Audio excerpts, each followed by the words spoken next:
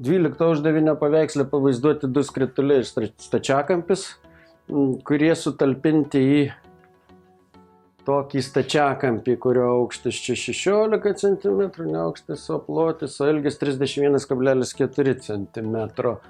Jie sutalpinti. Tos trys figūros, tie du skrituliai ir tas stačiakampis gauti sukarpius ritinį. Ritinį sukarpius, pagrindai yra ritinio pagrindai du vienodi skrituliai ir ritinio šoninis paviršius išlenktas, ištiesintas, yra stačiakampis. Tai yra mes matom tokį vaizdelį.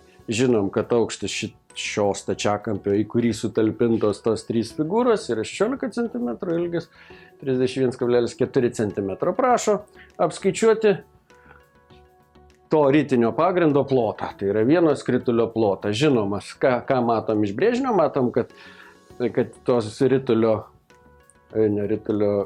skritulio skersmuo yra 10 cm, jie abu vienodi. Na, čia nieko nėra ką čia galvoti, visiškai aišku, kaip skaičiuojamas skritulio plotas. Skritulio plotas skaičiuojamas πr kvadratu. Skritulio plotas skaičiuojamas πr kvadratu.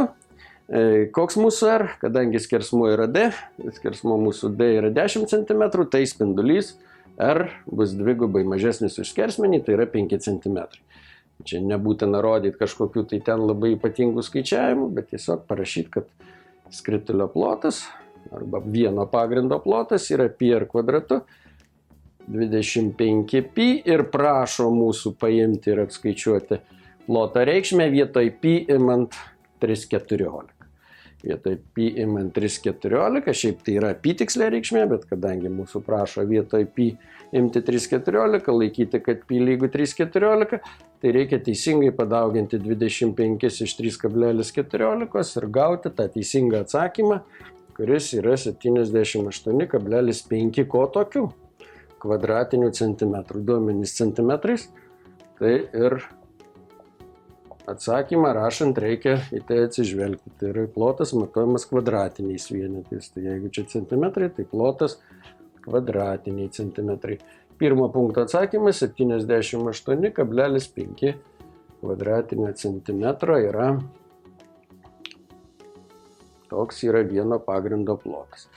Tada sako, koks buvo to ritinio aukštis, kurį mes gaunam, iš kurio gauta šita išklotinė.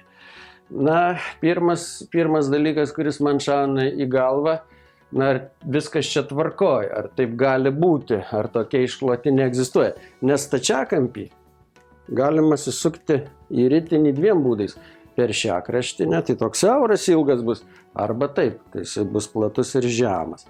Tai jeigu jisai platus ir ilgas toks ir žemas, va šitas, tai yra, sulenksim šitaip, tai aukštinė bus ritinio 6. A jei sulenksim kitaip, tai bus aukštinė 31,4. Na, ši dalis, tai yra šio šoninio paviršiaus ilgis, šio stačiakampio ilgis, kada mes išlenkiam išklotinę padarom, turi būti lygus pagrindo ilgiui. Nu, pagrindo ilgis 2πr, 2πr tai 2πr, va šio ilgis. Aš čia tarp kitko, čia to nereikėjo skaičiuoti, aš čia tarp kitko paskaičiuoju, ar tikrai toks egzistuoja. 2πr, R5, 2π arba πd, tai yra galima taip rašyti. Tai yra va čia va ilgis, turi būti lygus šito ilgiu, jeigu čia taip išeina. Na, πd vietoj π imant 3,14 ir gaunasi 31,4. Viskas aišku, taip ir yra. Taip čia pasakyta, reiškia tas mūsų ritinio šoninis paviršius gaunamas sukant šitaip. Ne siauras aukštis, o toks platus ir žemas. Na ir klausia, koks to ritinio aukštis, tada akivaizdu, kad yra 6 cm. 6 cm, nieko čia galvoti nereikia, tiesiog buvo galima iš karto atsakymą tą parašyti į pirmą punktą nežiūrint, bet būtent 6 cm atsakymai įrašom 6 cm. Na ir belieka apskaičiuoti ritinio tūrį, na tas mūsų ritinys, žinoma, nieks čia jo neprašo pavaizduoti, ritinio aukštis 6, pagrindo plotas koks? Toks, kokį apskaičiavom pirmame punkte. Na ir reikia žinoti ritinio tūrio formulę. Ritinio tūris tai yra pagrindo plotas kart aukštinė. Nieko čia gudrauti nereikia, tai pagrindo plotas, tai yra tas mūsų apskaičiuotasis kart h ritinio, va šitas, va, kurį irgi apskaičiavom. Na jau būtų nusikaltimas prieš save ir visus kitus neapskaičiuoti, kai jau čia apskaičiavom. Taip. Tai belieka sudauginti du skaičiukus. Čia sako irgi imti vietoj pi 3,14, o čia mes jau paėmėm tą 3,14. 78,5 pagrindo plotas, aukštinė 6, sudauginę gaunam berods 471, kas tokie? Tūris matuojamas kubiniais vienetais, tai kubiniais centimetrais. Į atsakymą rašom šį skaičiuką.